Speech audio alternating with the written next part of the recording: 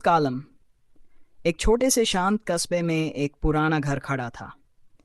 उस घर में रहती थी आशा, जो पेशे से स्कूल की अध्यापिका थी। उम्र के साथ साथ उसके चेहरे पर थकान और आंखों में एक अनकहा बोझ साफ झलकने लगा था। जीवन ने उसे ज्यादा खुशी नहीं दी थी।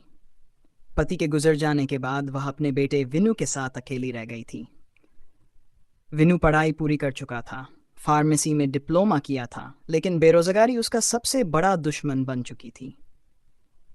सुबह से शाम तक नौकरी की तलाश करना, रिजेक्शन का डर और भविष्य की अनिश्चितता उसे अंदर ही अंदर तोड़ रही थी।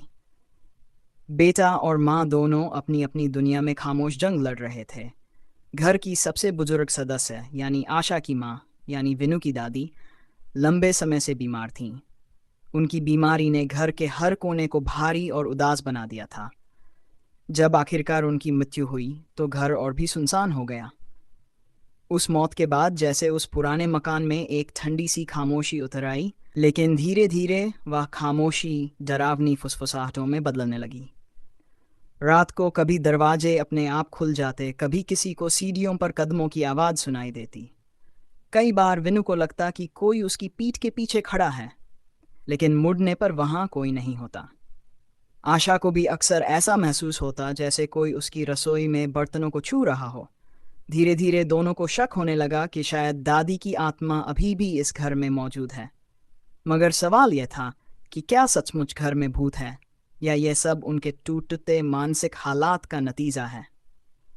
आशा डिप्रेशन से जूझ रही थी, जबकि विनु अपनी बेरोजगारी और असफलताओं से दोनों की मानसिक थकान उनके रिश्ते को भी खोखला बना रही थी।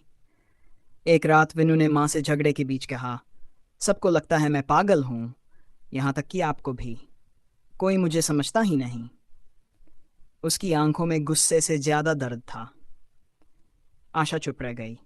उस पल उसे एहसास हुआ कि बेटा अकेला नहीं है, बल्कि वह भी उतनी ही टूटी हुई है।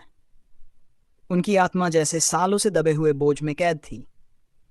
जैसे जैसे घर में डरावनी घटनाएं बढ़ीं, वैसे वैसे उनके बीच की खामोशी टूटने लगी। वे एक दूसरे से बात करने लगे, अपने डर साझा करने लगे। और शायद यही वह बिंदु था जब असली डर भूत का नहीं बल्कि अपने भीतर के अंधेरे का उनके सामने आ गया। आखिरकार उन्होंने तय किया कि इस घर, इस माहौल और अपने अतीत की कैद से निकलना होगा।